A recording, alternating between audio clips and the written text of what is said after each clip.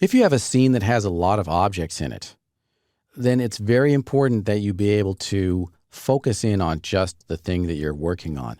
And we don't have a ton of objects here in this scene, but we have enough that it would be useful if we could just focus in on just one, or in 3ds Max terminology, isolate the object. And to do that, just select your object, and then down here below the timeline, there is a mysterious little blue button, Isolate Selection Toggle.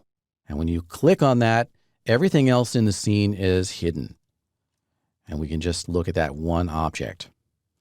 Now we can actually select other objects in the scene even though they're hidden. We could go into the Scene Explorer to do that.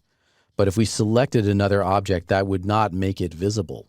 If we want to make things visible, we have to turn Isolate back off again. But Isolate's super useful. You'll use it all the time. The other thing I want to show you is Lock Selection. And this is less useful and kind of more of a nuisance. The space bar in 3ds Max locks the current selection.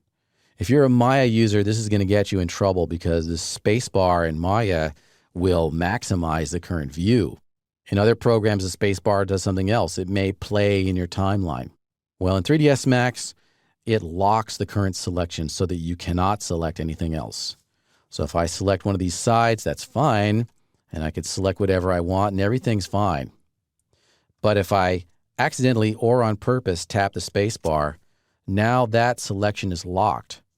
And I could try to click on other things and nothing happens. I mean, I can move that object and whatnot, but I cannot select anything else.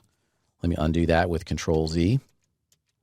And I know that my selection is locked because of this little padlock icon down here. We could turn it off by clicking on it, or we can use the space bar.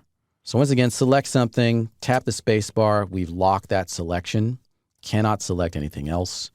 To turn locking off, just tap the space bar again.